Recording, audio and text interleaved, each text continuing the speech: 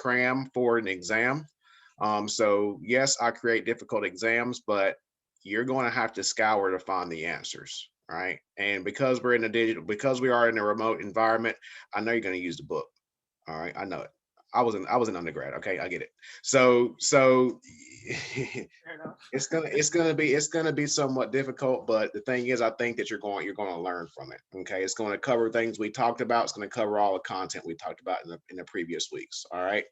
So for today, as I said before, I said that we were going to have someone come in terms of a career coach. She's actually on vacation in the island somewhere. She's gonna come. She's gonna come. I think the second week of March to come speak. So today we're gonna have Dana Finegold. She is a founder of an organization.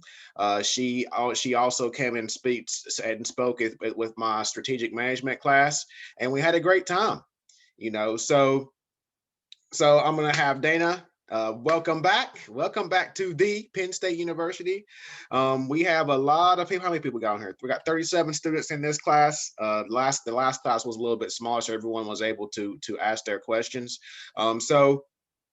So we're gonna have Dana introduce herself, talk about our organization from a supply chain perspective. We talked about marketing this morning, but now we're going to shift a little bit because she reviews supply chain management from a global perspective. One thing that we talked about. So I'll shut up now, Dana. The floor is yours. This is your class. This is your lecture. Hi, everyone. It's so great to be here. This was sort of a last minute thing, so I will just sort of ramble on a little bit, and I am open to you guys interrupting or asking questions, whatever, feels right to you guys. It can be sort of a discussion-based class today.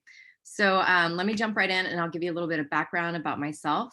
So I started, first of all, I'm a founder of a fashion brand, which we started the company 25 years ago. My husband at the time and I started it when our first child was 1 year old, and we were both out of work and sitting at home making no money, and so it sort of forced us into coming up with an idea of what to do.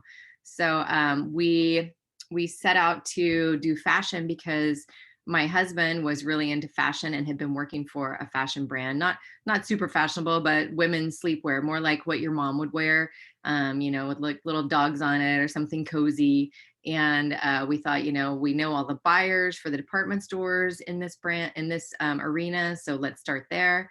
And we ventured into junior sleepwear for junior girls pretty quickly, realizing that it was tough to compete in a market that already was saturated with other vendors that were providing sleepwear for the older ladies. So we took on a niche that there was only one other player in the market at the time, and it was a company called Joe Boxer. And Joe Boxer was doing great. They had catchy marketing. They were in all the department stores. They were really killing it. But the unfortunate thing was that their leader sort of lost his mind with all his success. And he started doing drugs and having huge parties and having this great lifestyle, what he thought was great. And he ended up going bankrupt and losing his company. So we picked up his business, which was great for us. And we grew pretty quickly. We started out selling to department stores. And this was great for a while. We grew really quickly going this route. We went from 400,000 in sales to $1 million in sales to $4 million in sales to $8 million in sales. So that was our first 4 years in business. And we thought, this is amazing. We are so brilliant. And then as we got further into business with department stores, we realized that at the end of the year, these department stores would come back to us and say, we didn't quite hit the profit that we wanted to hit for the year. So we want what's called markdown money back from you. So basically they wanted us to give them the profits that they didn't make. So we were being held responsible for the retail profits as well as the wholesale profits, which made it really difficult for us to make money with them. So we decided to go into a different route. We kept doing some department store business, but we cut out all the players that were sort of not profitable for us. So we stopped doing business with Macy's, and we stopped doing business with Sears and Penny's and Kohl's because we just couldn't be profitable at the level of business we were doing. So we started going into, we created the brand Tarte in 2004 and started selling to boutiques. So this was a little bit challenging because of the marketing, but it was better to diversify our customers so that if we lost one customer, we didn't lose everything. The profits were a little bit better. They were easier to deal with because they weren't as sophisticated. So we didn't have to use EDI with boutiques. You know, a lot of them would pay for credit cards for their orders. So we would get the money right away instead of having terms with them, where like the department stores right now, we're working on net 90 terms with them. So if we sell TJ Maxx, you know, $1 million, we won't see that $1 million for 3 months after we ship the product to them. So boutiques seem to be really good for us. And then we realized, okay, well, you know, having good department stores that are profitable and having boutiques that are profitable aren't really enough for us, because all of a sudden we're getting killed by the e-com.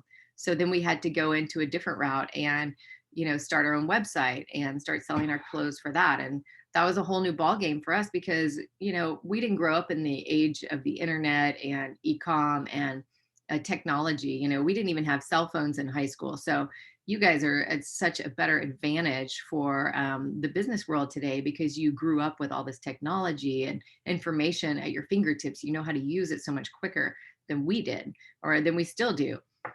So we've been working on building our e-com business up lately and trying to get that to be a bigger percentage of our sales, just trying to be more omni-channel as opposed to just, you know, relying on the retailers. So that's sort of where we are today. And, you know, we talked about in the marketing class, the different ways to bring more customers to e-com and all that. And the students in there were great and helpful and giving me some ideas, which I really appreciated. And, you know, I don't know, maybe you guys have some ideas from what you've been learning. I don't think I ever took supply chain in college, so I'm not really sure who knows more, me or you guys. But that's a little bit about myself. If anybody has any questions that they want to pose or interesting tidbits they want to share, I'd be open to hearing a little bit about it. All right. Yeah, thanks for that. And just as we did with the marketing class, so everyone, we got how many? We got 41 people here, so we're not going to get around to everybody. But one thing we did in the marketing class is, you know, we said that, you know, what type of from you all's point of view, and this is one thing that Danny and I talked about, where, you know, you all are going to be teaching us the marketing and the social media and things like that. You know, so what tips do you all have for Dana and her organization? And so Dana you bring up a good point in terms of omnichannel, because we just talked about omnichannel last week. You know, nice. so yeah, so if anyone has any questions, you know, please give Dana any kind of tips or insights on what you all look for, because one important thing we talk about in supply chain management is that the voice of the customer is probably the most important thing. And the voice of the customer doesn't cost us as business owners anything, right? So you all are the customers. You all are pretty much her demographic. You all are the people that Dana and Jamie and Tarte Collections appeal to, right? So that's just think about that whenever you're asking her any kind of questions, and kind of give her any kind of insights on what you all look for. Anybody? Are you guys all like juniors and seniors also as the other class? I think, Pete, these are everywhere. Everywhere, all over the board? I think. Ethan, what are you? Ethan's very active. I'm gonna start calling on people because y'all being too shy right now. You know I don't like that. So I'm currently a sophomore right now, so second Say year. something. I thought it was interesting that you said you didn't take a supply chain management class in college, because overall in this class we have been talking about how businesses need to focus more on supply chain, like how important it is now more than ever, especially because of COVID. And we were saying like that field is kind of in like high demand for a lot of, you know, people like us. Yes. So I do think that's kind of something that we all should probably focus more on. Yeah, I absolutely. I mean, when I started a business, I don't know if does anybody in here have a business that they're currently running? No. Me and my family have a business called Cakeadelphia. And what is your business do? It's specializing in cakes and desserts. Oh, that's great. That's awesome. So, so you know, when we started our business, we really knew nothing. I mean, I have a degree in business economics and a focus in accounting. So at least I knew how to do the books. But that's, you know, coming out of college, we didn't know much. My husband had a degree in sociology, so he knew how to think about people that didn't come out with as much in life. And I guess that helped him in sales. So I think that you guys are taking the right route with supply chain and learning, you know, how to get your products out to market. You guys are so young. I think the one thing that you guys probably don't study a lot in, and you guys can, you know, tell me if I'm wrong, is your personality and how that affects your business relationships and how to be humble and leaders. And I would say for all of you, you definitely should be taking classes in leadership and, you know, learning how to work hard. Work ethic is really huge. You know, you guys, the great thing about your age group is that you know a lot about technology and you understand it really well. The tough thing about your age group is you guys, in my opinion, haven't had to work as hard as the previous generations because everything has been technology based. You guys have been more at home on your phones, you know, communicating that way. You never had to go to the library to Right. look at any information. Everything has been like literally handed to you with your phone. Facts. You're so right. Yeah. Yeah, and so so it's not your fault that that is the way it is, but you guys have to figure out how to differentiate yourselves in the market to employers. And so I would challenge all of you to read up on leadership and read up on communications with your peers and with your boss and with your subordinates, the people that are underneath you, and learn work ethic. So learning how to never, ever, ever say, that's not my job. Because what you want to do is make yourself so valuable that your boss or whoever you work with needs you there all the time. Like you always know the answer. And that doesn't mean you necessarily doing every piece of work, but that means you knowing how to get every piece of work done. You know who to go to, you know where to go.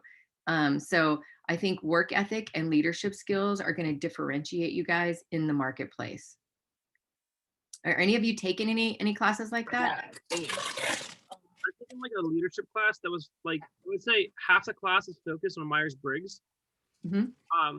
And like what the thing with that class was that after I took it, the very next That's how they do with me. I applied to become a supervisor at Oh man, I think I muted muted him. I muted him on accident. That was my fault. Oh man, that was my fault. sorry. Modern day of telling somebody to shut up. Yeah. That was my fault. Honestly, My fault. last after that class, I applied for a supervisor position, and I got the position. And then I started like implementing like what I learned from there into the into my role, and I realized that like I feel like 9 times out of 10 it's the calm personality that's like the best trait to have in terms of those roles.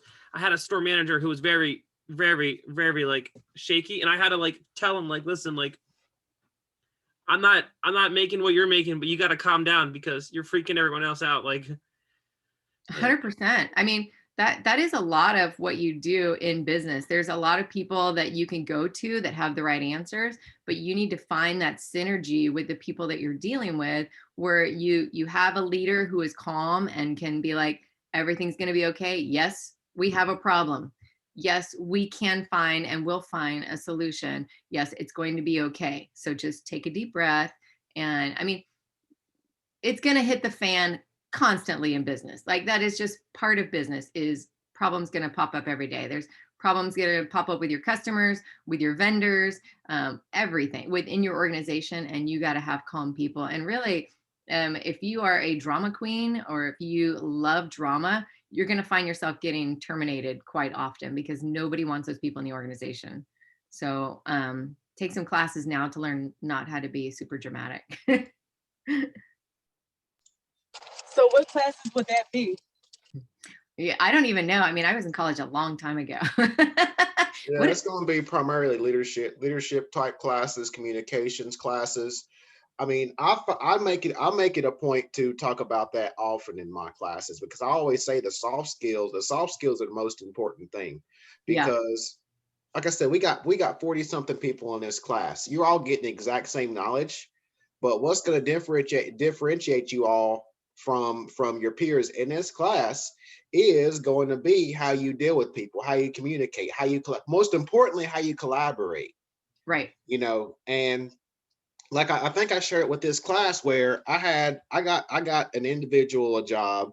This was at Bloomsburg. I got an individual at a job with a large consulting company. He finished second in the class, and the director said, Justin, we got to talk. I said, uh-oh. And he comes back and says, yes, this guy is brilliant, but whenever you give him a stressful, he said, I purposely gave him a difficult topic, a difficult situation.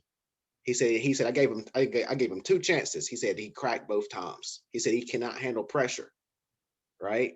He says, give me a C student every single time because I know they've been through the trenches, right? I know they have the experience. I know they know how to resolve issues. Now, yes, an A student can do that, but my thing is, it's just not about the knowledge that you have. It's not about the education you have, and that's the thing that I get a lot with these blockchain programmers and these AI programmers. Man, they can kick out code, but they can't communicate. Yeah, you They got to are keep them in the brilliant, back room. right? They are brilliant, but they can't communicate. Yeah. And the And communicators are the ones who are going to be leading the organization. I mean, exactly. you can, I tell my kids this all the time. My kids I actually have one A student, but the other three of my kids are not A students. And I say, it's okay because you guys are amazing with people and you can hire A students all day long. You cannot hire somebody to do what you do, which is to be great with people. So being great leaders is at the top of the skill list that I would say. So you guys learn to, like, if you're constantly having problems with your friends, you're constantly having problems with your parents, you're constantly having problems with your teacher, get that taken care of now, learn some leadership skills, read one of my favorite books, which is super old fashioned, but is still really great, is How to Win Friends and Influence People.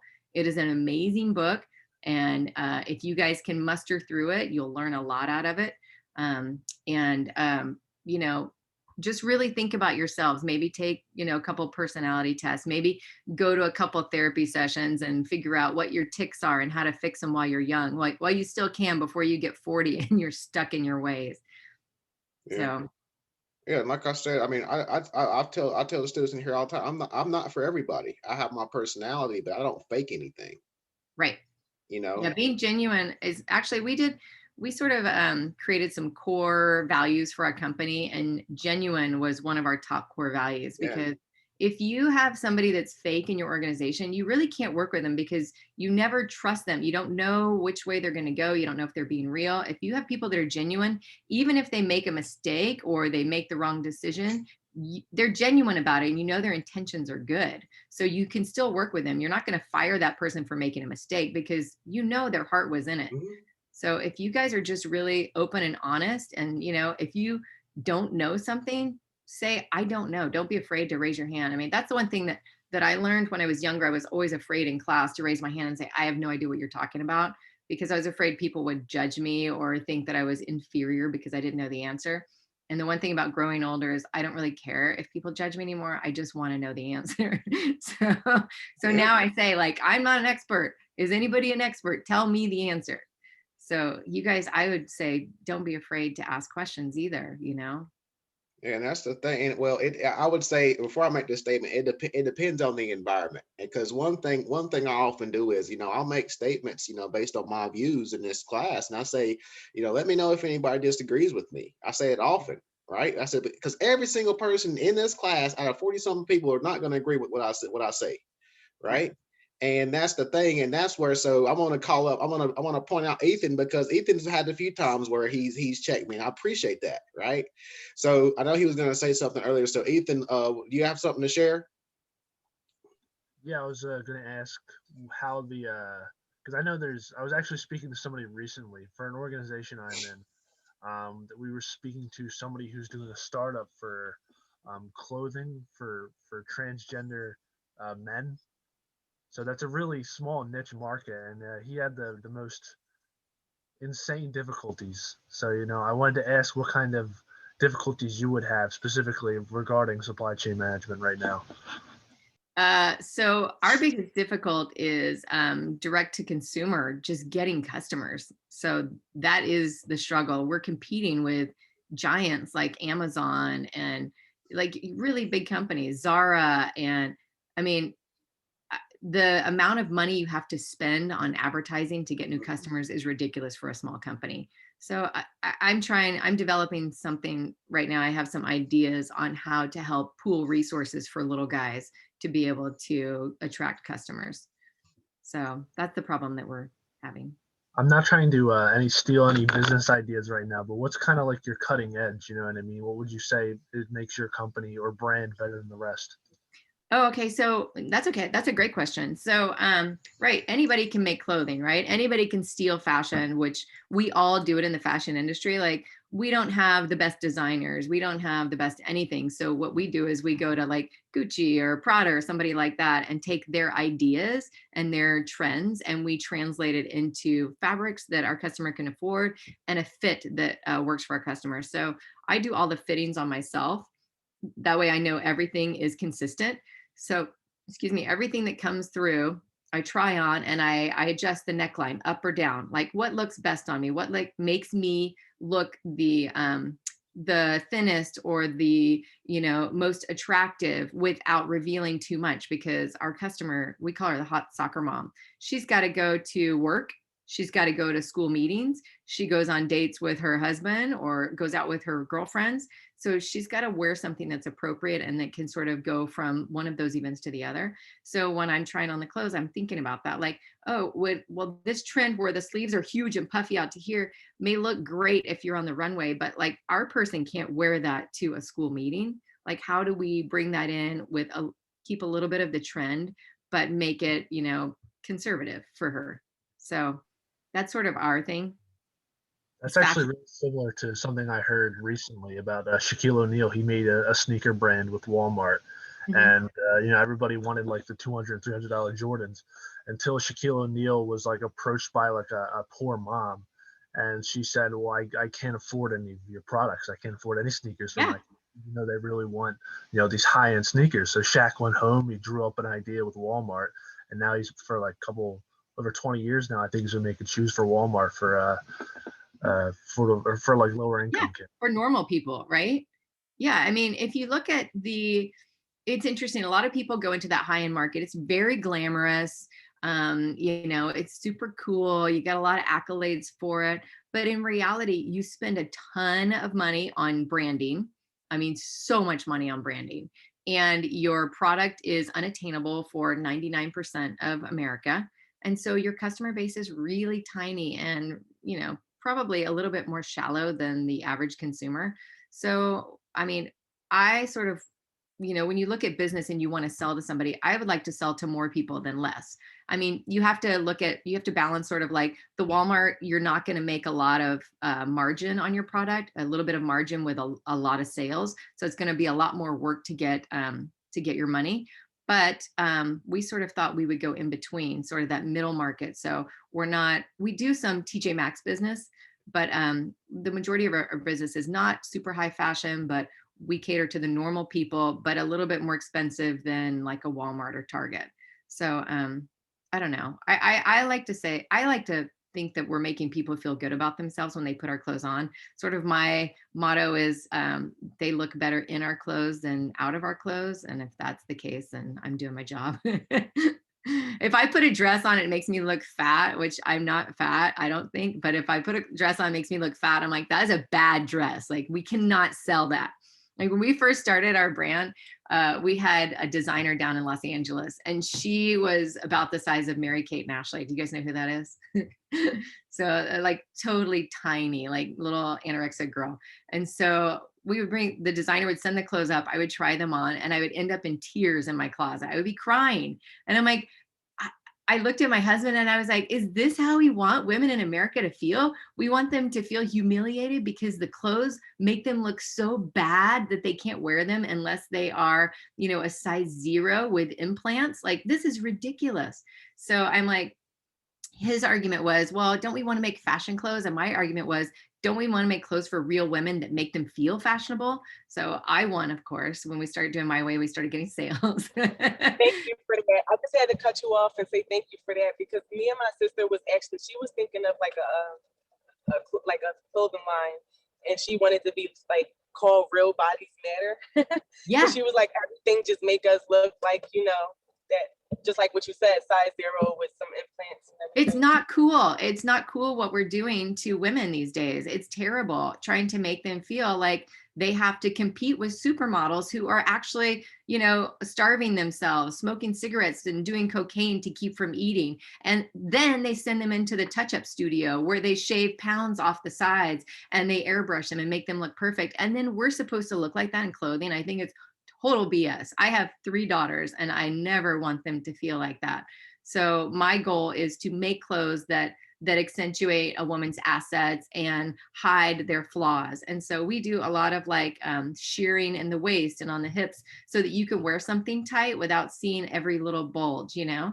And I think anybody who goes into clothing should be thinking that way and not just thinking about themselves and how they can be the biggest designer and the most creative. Like, how about making your customer look best? I mean, I think that's a really good quality of a company, is thinking about their customer first and thinking about how to help other people instead of thinking about fame and fortune.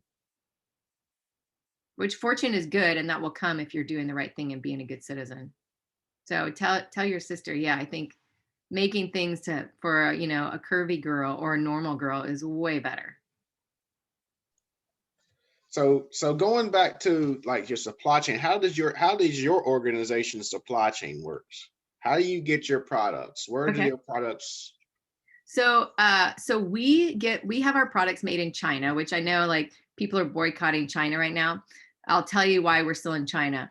So China has, they're amazing at what they do. They can take a product, you could send them a picture of a product and a fabric sample, and they can recreate that product for you. You can tell them to change the sleeve, change the neckline, change this, all over like a video chat, and they will change it for you. And they will do the full package. So they'll find the fabric for you, all the buttons and trims and elastics. They'll find it all for you, put it together in a package, and sell you the garment. So in America, they're just starting to learn how to do this. In America, you have to go find the fabric yourself, and you have to ship it to your sewing factory. And then you have to go find the trims and the buttons and ship those to your sewing factory and coordinate that all yourself. And then the sewing factory sews it. And then you have to coordinate the packaging and have the packaging sent over to the sewing factory and the boxes. And then you have to have it shipped to your warehouse and repackaged and shipped back out. In China, you literally can give them the specs from the fabrications, the fit, everything, pattern making, all the way through to like pack it in this kind of poly bag and put this kind of UPC label on it and pack it in a box with this inscription on it and ship it directly to our customers' distribution centers for us. So it's really like, you know, I could be sitting here in my home office just typing everything out on emails and FaceTime or Zoom calls and WeChat with them, and it's so much easier. I don't have to have as much of a team. So I'm really hoping that in America we can learn to do more of that, so we can bring some back, or you know, switching some of our production. We're looking into like places like Vietnam and South America, and just sort of getting everybody else up on board with that. So you know, if you could help any production facilities in America to get up to speed on things like that and thinking about their customer, which is us first, that would be amazing. I have a question about that too. So if everything is, I mean, if you're not, I guess, touching every product and like making sure the quality is, I mean, up to par to you, how do you, if you send out the specs and everything like that, and you assume that it's going to be done correctly, how is the quality assurance on the other side? You know, that like once it gets shipped to the TJ Maxx, and then, you know, what if it's not, what if you tried it on and you know exactly how you want it to look, and then it gets shipped out to like a TJ Maxx and it doesn't fit? Great question. So we have had those issues, and we still do have some of those issues. I mean, we just had an issue where we're doing a linen fabric, and it came in super stiff. So we get what's called a first fit sample, which is like we give them an idea and they send me a first fit sample. I try it on, I video conference with them, and I give them my comments. Then they send a pre-production sample, which is like they've made my fit comments and they say, is it ready for production? And I try it on again. I make a few more comments and I say, okay, send it to production. Then they'll send us what's called a top of production sample. So the TOP sample comes to me, and that's supposed to be right off the production line. And if that is wrong, I stop production immediately and say, hey, you got to change this. You can't continue with this. But hopefully by the time it gets to TOP, it's good. But we did just, however, have that linen group where they sent me the TOP, and the fabric it felt like a burlap sack. It was so stiff, and it was much stiffer than the pre-production samples. So we're actually arguing with our factory right now, and we're having to research our samples and show them, like, look, you sent us this, we approved it, and then you sent us this, and it's not right. So at that point, we would either reject the production supply, or we would take a discount on it, because we would have to sell it, instead of selling it to our boutique customers, we might have to close it out at TJ Maxx. So the margin wouldn't be as good. We would ask for a discount in order to get rid of it, which they usually will give us because they don't want to sit on the goods in China with nowhere to sell them. So those things do come up quite often. Ethan, you have a question? Yeah, I was asking, there's a lot of opportunity for pretty much anything you can think of on Amazon. Is any of your stuff compatible with Amazon? Yeah, so I'll tell you a funny story. So we actually was it in May or April, when the whole pandemic started, we jumped on to making masks like everybody else in the world. But we were one of the first. So we had our mask on Amazon. We hired an Amazon consultant to help us do this. And we became the #1 cloth face mask on Amazon. We were on Apple News, Tarte Collection's favorite face mask. We were like, oh my God, we're killing it. We sold like $1.5 million in mask in 1 month. So then all of a sudden we noticed that there was other people's masks being sold under the name Tarte Collections, which is our brand. So we were like, how are they doing that? So we had to go into Amazon and complain. Well, it takes Amazon a while. They were so overwhelmed with all the online orders that they were getting because of the pandemic, and so overwhelmed with masks that it took them a while to kick those guys off. Well, then those guys, after they had sold all this product under our label, the product was inferior and not good. And so people were returning the product and making comments on us. So they were rating us based on the fraudulent product. So then our ratings went down on Amazon. So all of a sudden our sales like fell off a cliff. So where we thought we were going to make $1 million on mask, we ended up barely making any money on mask, and we invested a lot of money in it. So it's interesting. You always think you have like, oh, this is fail proof, nothing bad can happen here. And then all of a sudden somebody knocks you down. And that's kind of the way it is in business. Like, you always think you're safe. Somebody's always going to knock you down. You always have to be able to reinvent yourself and be a problem solver. That's very interesting.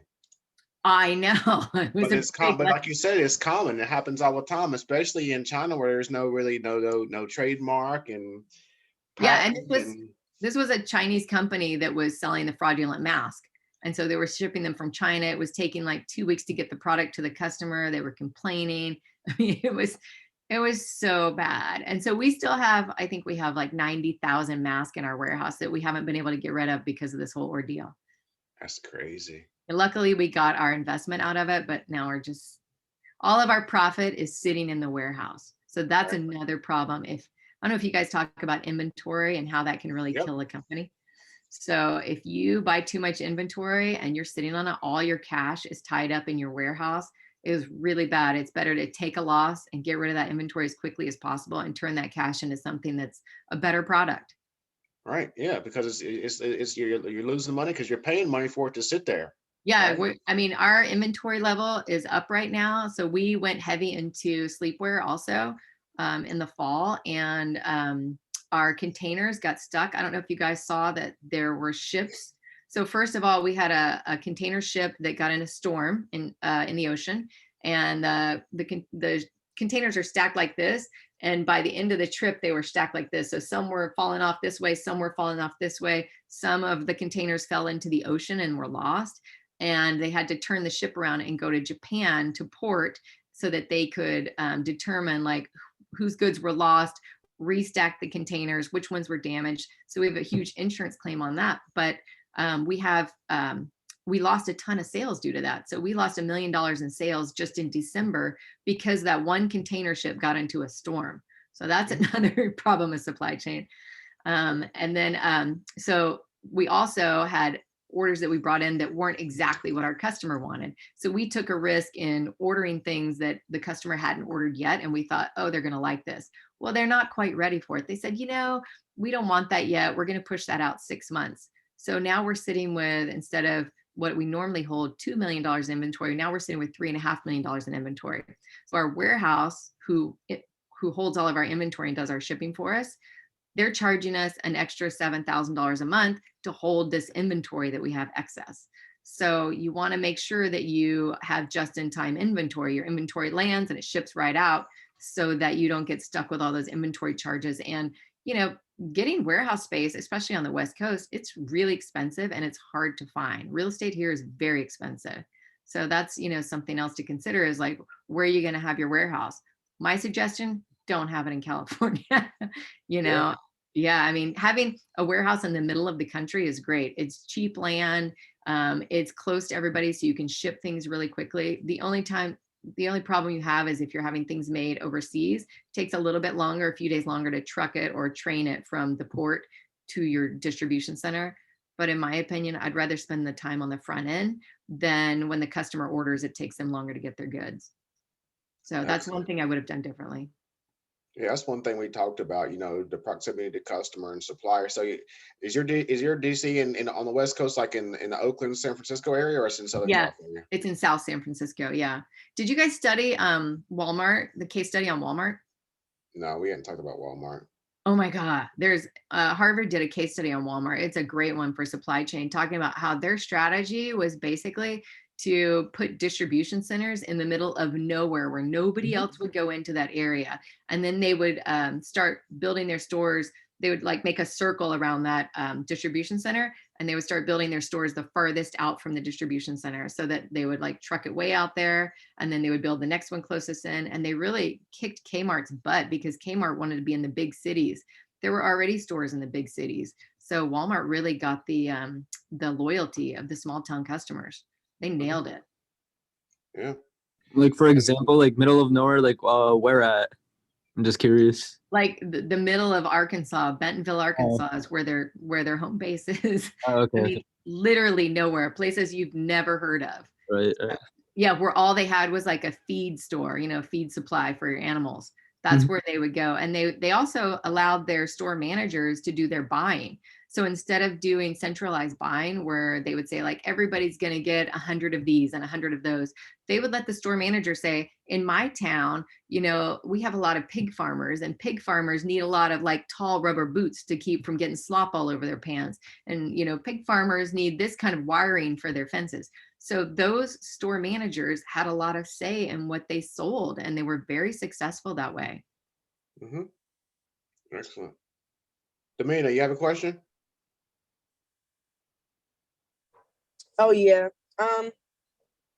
Well, when she was talking about her collection, I kind of wanted to know the name of her collection.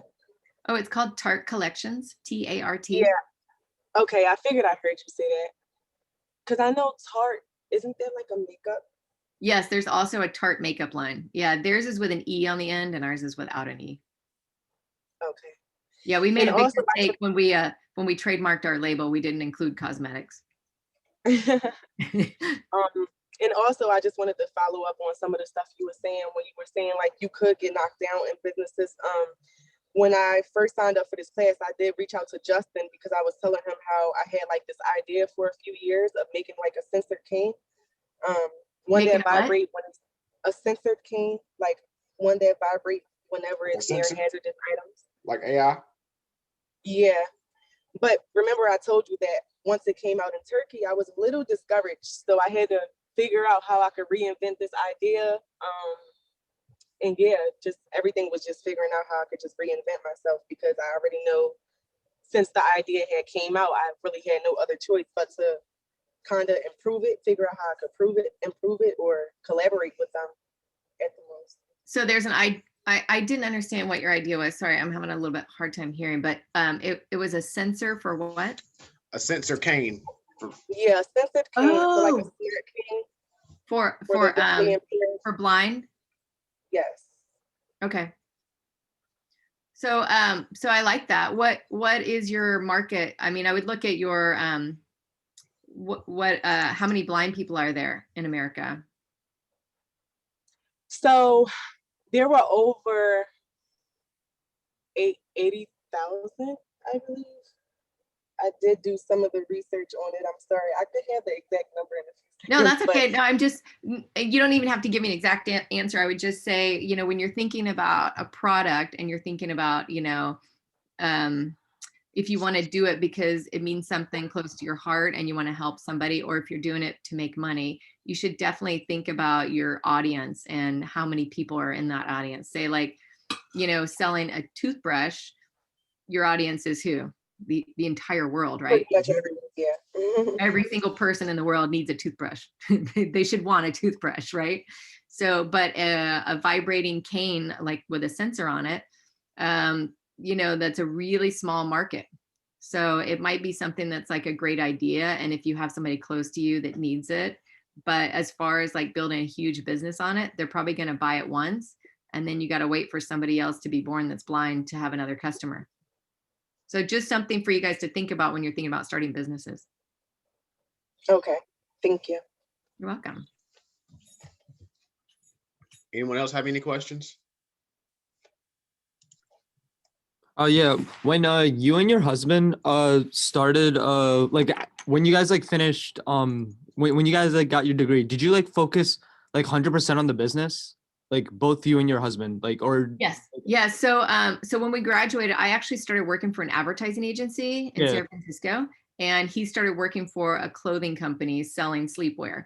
And I had our first child and went out on maternity leave and literally was not making enough money at my current job to pay a babysitter and go back to work. So I quit. I said, it's easier for me to stay home and try to make money at home than to have childcare and be away from her. So then shortly after that, he got fired from his job because he's a terrible employee.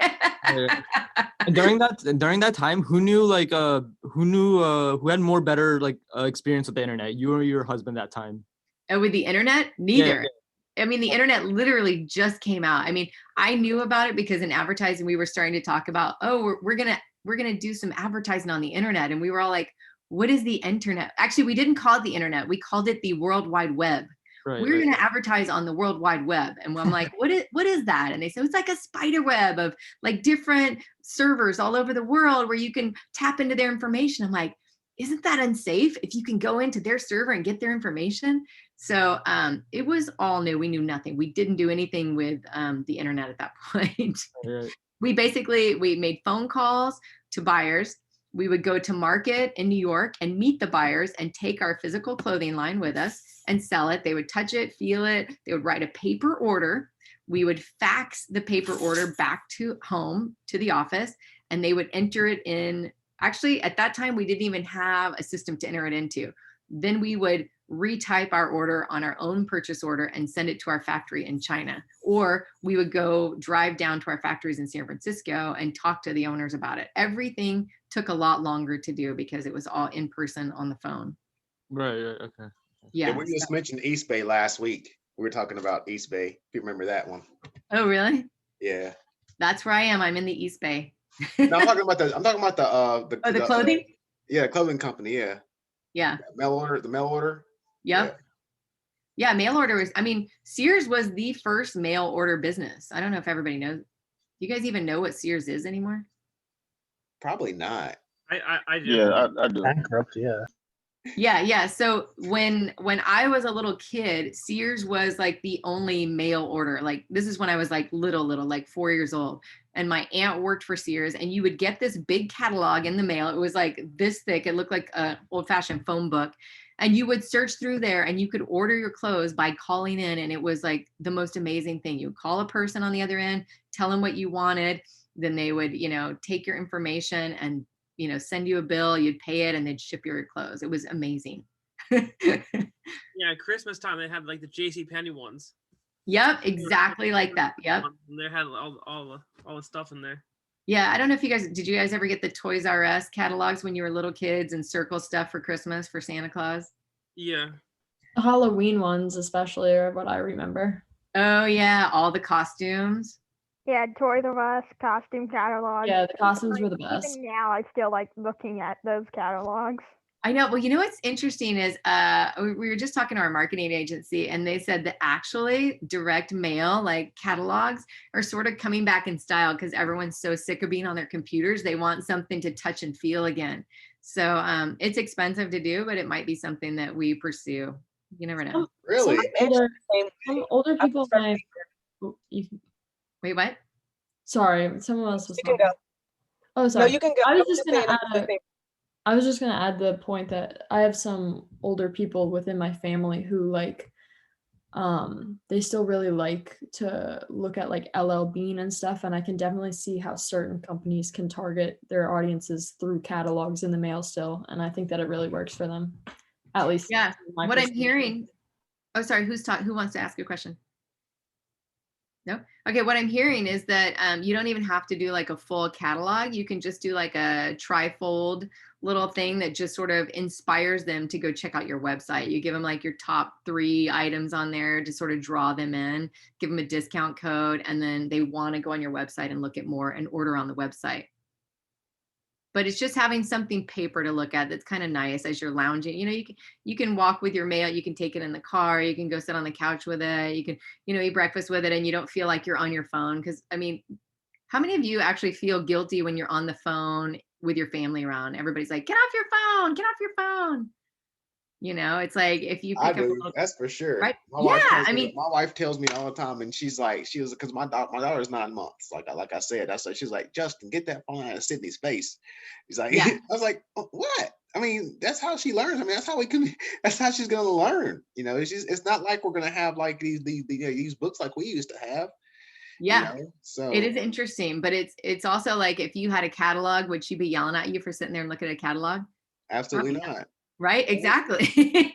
So, maybe we go back a little bit to paper. Yeah. Yeah, it's kind of fun to circle things, highlight things, make notes on it. I don't know. See, I like digital. I don't like paper. I like researching on digital and having information digital because I don't like messes. I like everything clean and organized. As you can see behind me, everything's clean. See, I'm not. But I do like to write on paper. There's something about like the brain connection with writing, thinking about it, visualizing it, talking about it all together that helps me learn. Well, I think there's a few studies out there that looked at that. The innovation and thinking and yeah. Have any of you taken any anthropology classes?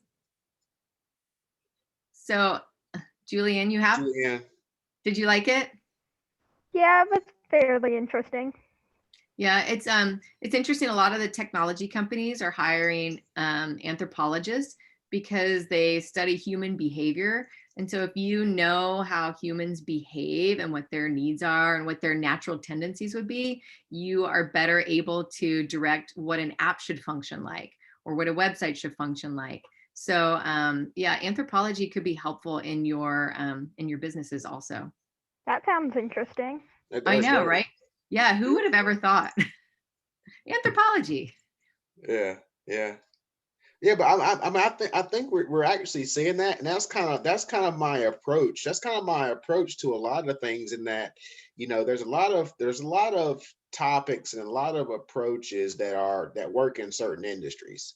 And that's one thing I always say is, what's transferable to my industry.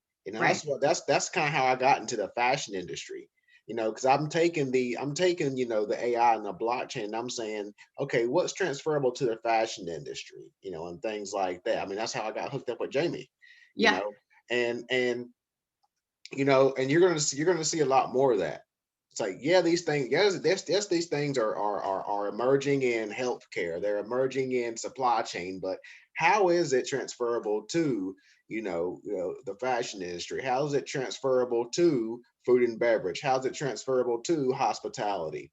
And Right. we're seeing more and more of that. And as people are reaching out to me, because I mean blockchain's hot now right now, so let's face it, I'm riding that wave, that's for sure. But anyway, Good. so I'm learning a lot, and from people. I didn't know anything about fashion up until about 6 months ago, Wow. and now that's most that's the area that I reach that's reaching out to me the most.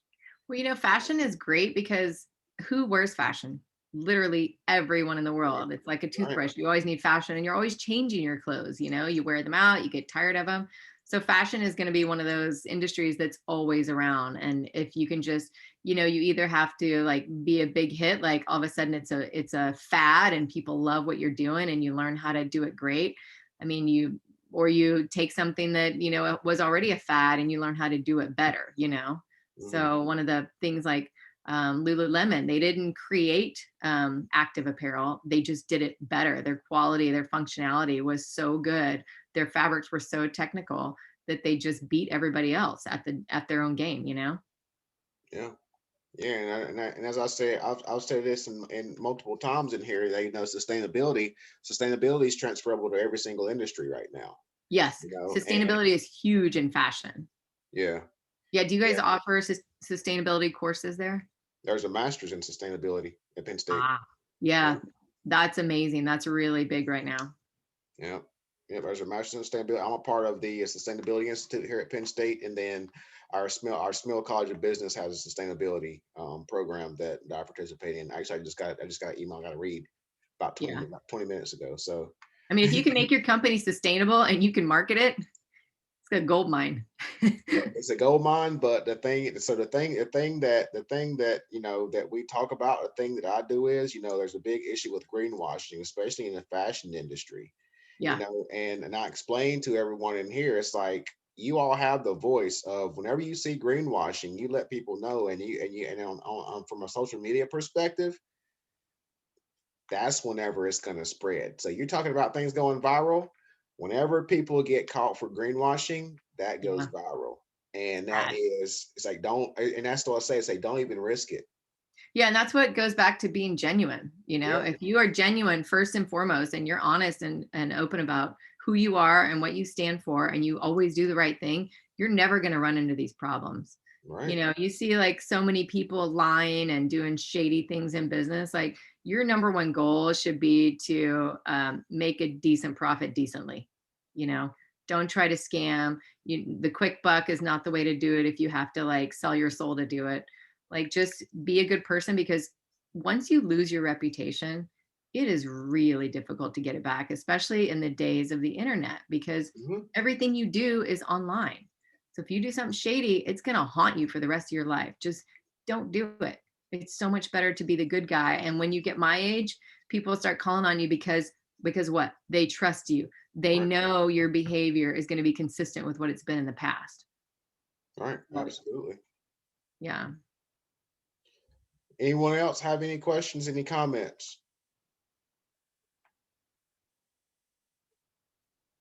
I was just curious how your supply chain has changed since the start of the pandemic. Excellent question. Who was that? Sorry. That's Joseph. Oh, okay. Sorry. I'm just trying to look at the names. All right. Thanks, Joseph. Yeah. Our supply chain hasn't really changed since the pandemic, I guess. So we still get our clothes from the same places that we did before the pandemic. I mean, the only thing that's changed is the backup with the ports, getting our goods in here. Right now, there's like a 8 to 10 day waiting period where the ships are coming into port and they have to sit in the water and wait before they're able to get in, because the pandemic, they can't have as many workers at the port being around each other. So they can't process as many ships every day. So that's been a big problem, I guess, since the pandemic. Yeah. So you're only having an 8 to 10 day delay. Yeah, I know. A lot of people are having 2 to 3 weeks. Yeah, that's correct. Yeah, because we just went and bought some furniture for the house for the house we're building, and like the furniture coming over from China, they're looking at like 30 weeks, over a half a year. Yes, they have orders from October that still hasn't got in yet. Wow. Yeah, That's the furniture crazy. industry is getting crushed right now. Yeah. Yeah, We it's terrible.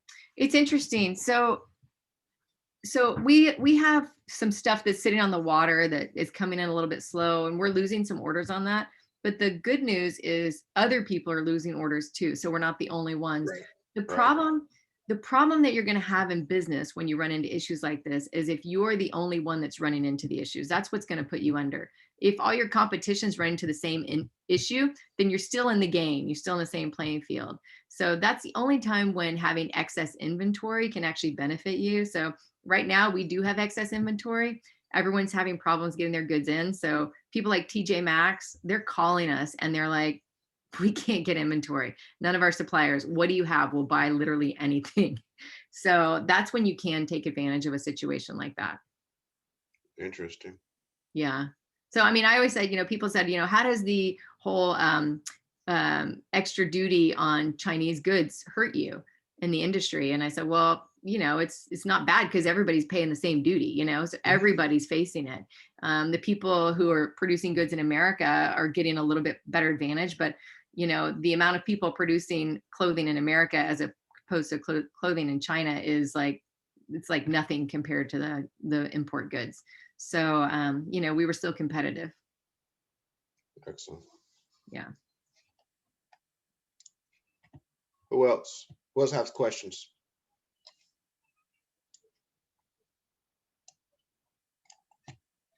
Damina, are you there?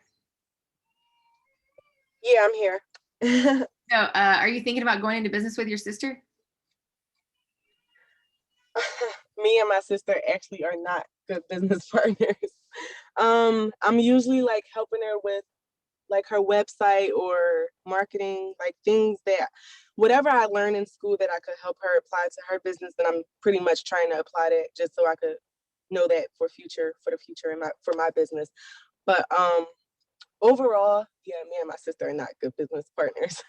I know when she get mad, she'll try to like kick me out the business or something. So I just help her, and that's where we leave it at.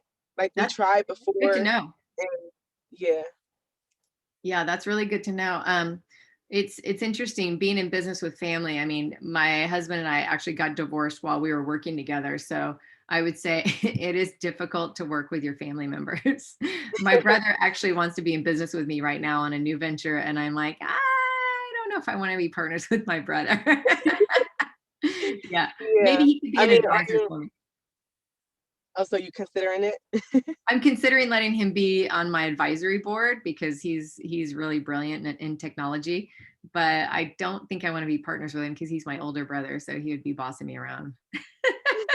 Yeah, so she's my older sister. I'm like, I know she'll want me to just like run around like crazy because that's pretty much what I do now. Like I just help her, and like with me helping her, she'll be like, "Oh, do this, do that, do that," and my mom would be like, "Well, you're not paying her, right?" So with family is like, they expect you to be more lenient, but I like it to be, equal as if I was working with someone I didn't know or 100%. And it might be something where you go off on your own and you do your own thing. And then one day after she respects you as a business owner or in your career, you possibly could partner up later where she's not looking at you as the little sister that she's helping out right out of college. She's looking at you more as a business associate.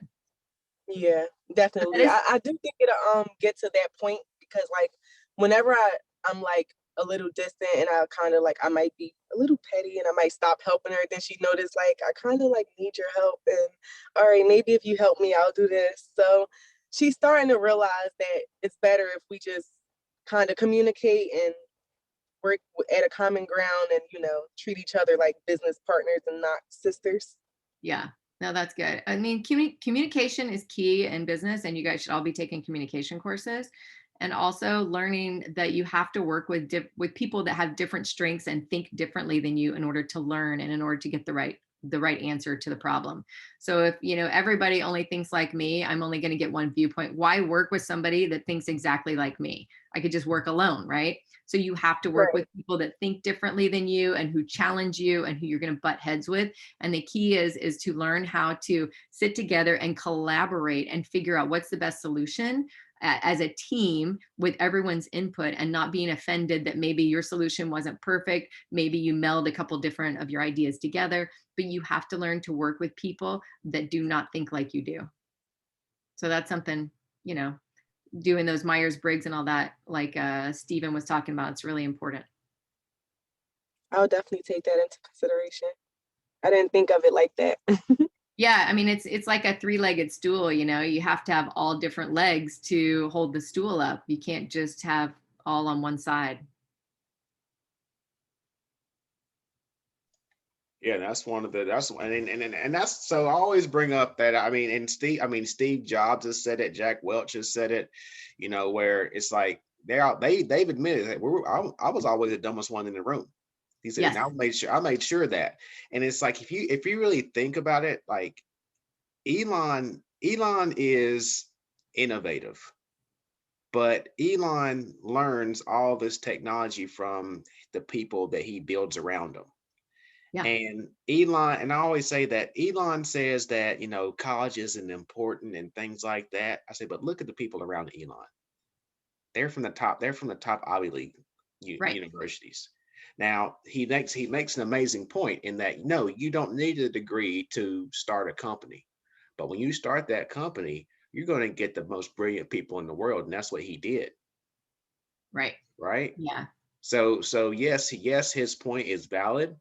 But when you start building those organizations, you're going to get the world's best. Right. Well, Right. and college isn't just about what you're learning from a book. It's about Right. the communication that you're learning while you're in class. It's about the networking that you're getting while you're in class. Think about your professor here, how he's trying to connect you with different people by bringing people in to guest lecture and talk and, giving you that outreach. You can't do this in a vacuum. You have to have these connections, and college is a great way to do that. It's a time of maturing and learning about yourself and your likes and dislikes, and taking these classes help you determine more than what you like is more what you don't like and what you want to have somebody else doing for you in the future, and meeting those people who might be doing that for you. Mm-hmm. Yeah. College is very important. Yeah. And that's the thing where, people have said, oh yeah, this virtual learning has been very difficult, but I've explained in a number of classes, this is a future. Once you graduate, you're going to be in discussions exactly like this. Right? Yeah, if you want to be able to open up your business community to more than just America or just your small town, you want to be able to open up to the world, it's going to be via Zoom. You don't want to spend all your time. Literally, if you think about it, it is a waste of your time and effort to be getting on planes to going to have meetings in person in India when you could hop on a Zoom and have that meeting and get that same result in 2 hours, and it's free. Right. Like, you've got to be efficient. Yeah, and this whole pandemic has been beneficial for me because that's what it's allowed me to do. It's allowed me to speak at these international conferences and see the issues that people in other parts of the world are experiencing. In Right. Singapore, India, South Africa, Yeah. and things like that. And I bring what I learned to all these classes. Yeah. And that's one thing that's very important. That's one thing that's very powerful. That's what we have to keep in consideration. This is kind of like, when the World Wide Web first started in the 90s, it allowed us to connect to information all over the world. And now with this pandemic, with video conferencing, as easy it is, it's allowed you to connect to people and personalities all over the world. So it's really, this is going to launch your generation into a whole new way of doing business. So it's good to embrace it. And, I know it's boring to a lot of you, but if you jump in the conversation, and you really hold yourself accountable for getting into a good spot in your house to do your Zoom calls and making sure that you engage and, take a note, try to ask a question, you're going to learn so much more and you're going to enjoy it so much more than just sitting back. trust me, I know. I have one kid still at home, and half the time she's in bed with her camera off, sleeping through the lectures. So I get it. Hey, okay, now you're snitching on your daughter. Yeah. That's great. But I get her up and I say, let's look at your homework. Okay, what did you learn in U.S. history today? Well, we're gonna learn it again because I know you slept through your class. That's hilarious. Oh, Yes, I probably got half the class in here sleeping right now. I know. Anthony, are you sleeping? Where's Yeah. it? No, I've been listening the whole time. Oh, Lai, I like it. She's What about Sheila? sleeping, y'all. Sheila, you sleeping? My brothers and sisters are the exact same way. So when my mom seen me engaged, she was like, wow, you're actually engaged. I was like, yeah, it's an interesting topic. I actually enjoy classes with like discussions like this rather than, Just a us lecture. just, yeah, because it's like afterwards I could kind of remember the information more because I was engaged in the conversations, Right. I rather agree. than When I was in class, I hated just sitting and listening to lectures. I loved getting involved and being able to ask questions and bounce ideas and not feel like, oh, I asked a stupid question. I just, Yeah. discussions are so much more fun. That's I what agree, I'm and I saying. think it depends on the professor too. Oh, you can go, professor. But like Professor Goldston is really good, and I think that when they're more enthusiastic and they like enjoy what they're talking about, you can tell, and it really inspires the class to like take part more. I think I have Yeah, a I much agree. better time in classes like this one. Yeah, I agree. You have to have an energetic professor. Yeah. And I told him the first class that I don't do PowerPoints, and I lied, and I did the first PowerPoint last week in this class than I have since I've been at Penn State. How was it? Do you guys like PowerPoints? No. You like discussions better? Yeah, I mean, I like discussions. I also like what I was gonna say is like I like when professors put like like guest speakers. It definitely helps like all around. Just you get to like learn the industry as like professor like says and like all It's around. nice to have real life situations that you can ask about instead of theory all the time, right? Yeah, but PowerPoints it goes in one ear, it goes right out the other. Yeah, I agree. Yeah, it was very difficult to do omni-channel without a PowerPoint. So that's why I did a PowerPoint. Yeah, I agree. Yeah. Yeah. So I mean, it is good to capture the information for sure, especially so you guys don't have to take so much copious notes. You can pay attention more if he shares a PowerPoint with you. yeah, but I mean that's the thing where I try to bring in as many real life examples that I've had in the industry. We try to bring in companies that they can relate to. Amazon. We talk about Tesla all the time. 'Cause I love Tesla. And they know those companies. Yeah. Now we're going to talk about Tarte Collections. You guys want to know something interesting about Zara? So, does everyone know Zara? I'm sure everybody shops there, right? So, Hey, I actually work security at Zara. Wait, what was that? My mom goes. I work security at a warehouse at Zara up in Easton. Oh, you do? Awesome. Zara I did. Oh, you did? Okay. They have been amazing. They are so fast fashion that they actually have sewing factories on their ships. So instead of completing the item and then taking the 2 weeks to ship it from wherever they're shipping it from, they will put the fabric on the ship and sew it as it's being transported. So they don't waste the 2 weeks that it's on a ship. Really? Yeah. They don't do that all the time, but they do have ships that do that. That's very smart. Right? I mean, how genius is that? Yeah. One thing that we talk about with Zara in the supply chain industry where, and you may disagree with me on this one. So where they were like the golden child from a supply chain perspective because of fast fashion, but from a sustainability perspective, although they have changed their tune, right? Now they've been like just being bashed, but now they have a new program, for sustainability.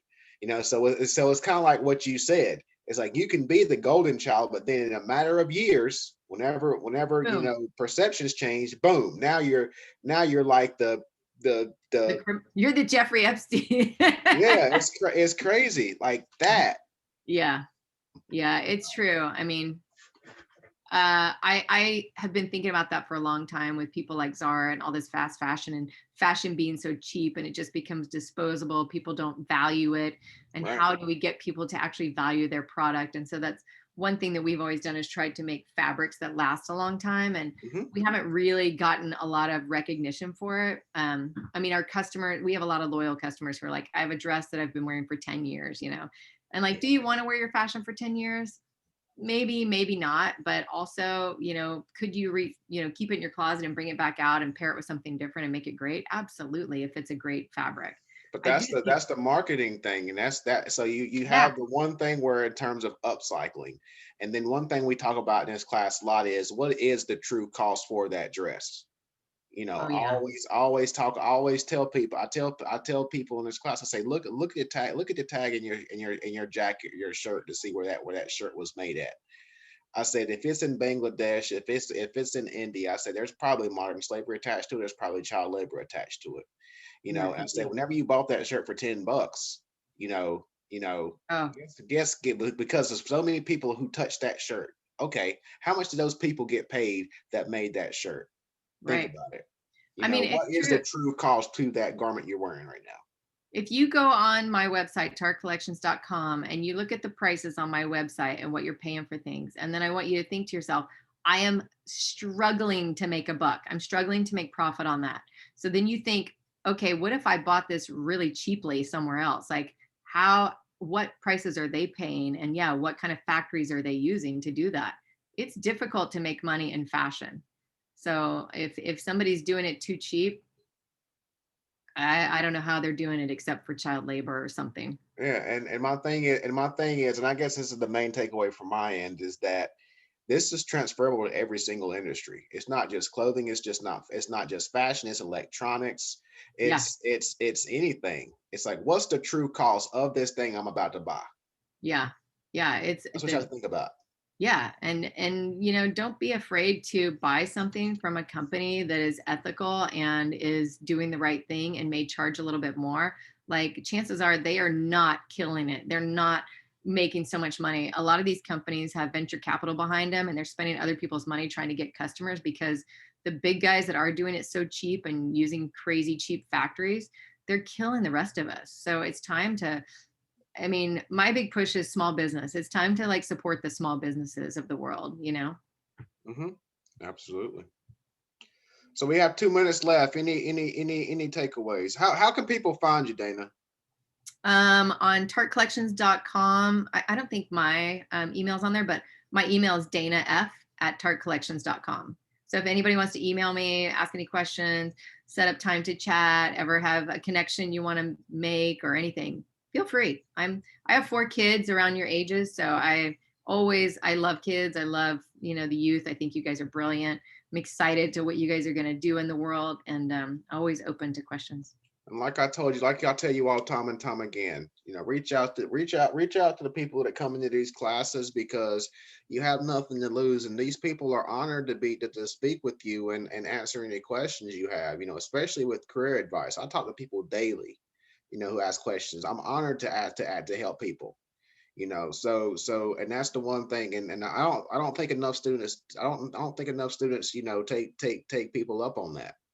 You know, it's an absolute missed opportunity. You know, when you don't reach out, don't reach out. So absolutely, that's the last thing I gotta say. So Dana, thank you for thank coming in once again to another class. Yes, I know. Thank you so much. You guys are great. I appreciate all your comments and questions. It was fun. All right. So everybody, I'm gonna post the exam. I'm gonna post the exam tonight. I'm gonna send out an announcement. I'll send out an email. I know that most people say that they get the announcements, but I'm gonna send out an announcement and an email. All right. It's gonna be on stuff that you've already reviewed. And again, it's gonna be no time limit. It's gonna be open book. So I can't say whether you look at it or not. So it's gonna be open book. All right. If you don't do well on that exam, it's because you didn't take the time. There's no excuses. Right? So that's all I'm going to say about that. All right. Any questions? So how many questions are on the exam? 20. Oh, okay. It might be a little bit, maybe a little bit more. It's not gonna be 100. It's not gonna be a 100 question exam. All right, it might be 20 to 30. I don't know yet. I was gonna ask, is it, like if I open it up, can I like come back to it like the next day? No. It's No. Okay. It's gotta be done in one sitting. Okay. But again, Is it's that the- time limit. So and it's gonna be due on Sunday. So you'll have the week to complete it. I have a question. Is that a multiple choice question or Yeah, it's multiple choice. Correct. Yes, multiple choice. okay? Anything else? I know you. And if you don't have any questions, you can drop. I know a lot of people's gonna have a lot of questions. So yeah, I'm Wait, gonna it's start. 20 to 30. Wait, 20 to 30 questions, multiple choice then? Correct. Okay, let me just. You said it's gonna be posted on Canvas, correct? It's gonna be on Canvas, and I'm going to send out the email and announcement once it's live. Is there a discussion forum this week as well? No, it's just gonna be the exam. Okay, thank you. Thank you. I gotta worry about the exam. I have a question about the exam. So will the exam be on like very detailed on the book? It's gonna be a lot of questions on the book. Correct. You don't have to, but the thing is, you would be able to search and find the content if you don't have the book. Oh, Now, okay. you should have the book now. The thing, I have the book. My question was that do I have to remember the general idea of everything, or do I have to remember like the very detailed things? General, there's gonna be some detail in there, but again, you'll be able to find it. Okay. My objective in these exams is for you not to cram and forget it. I want you to scour and comb that book so you can find the answer. And then as you're combing to find that answer, you're gonna find content on other information as well. That's my mindset in finding this information. You're gonna get a good grade, but you're gonna work for it. Okay, got it. All right. And also, my power got cut in the middle, like at 2 o'clock, and then I got back in. I hope you don't mind. That's fine. I know we got a lot of stuff going on right now with the weather and everything. So you're good. And this is being recorded, so I'll see you then. all right, see you. Hey. Have a good one. See you. All right, see you, Professor. All right, y'all have a good week. Again, it should be up tonight. I have a different question, Professor. That we've been here on the Zoom like 2 hour 20 minutes. Yes. 2 hours. Yeah, 2 hours on the Zoom.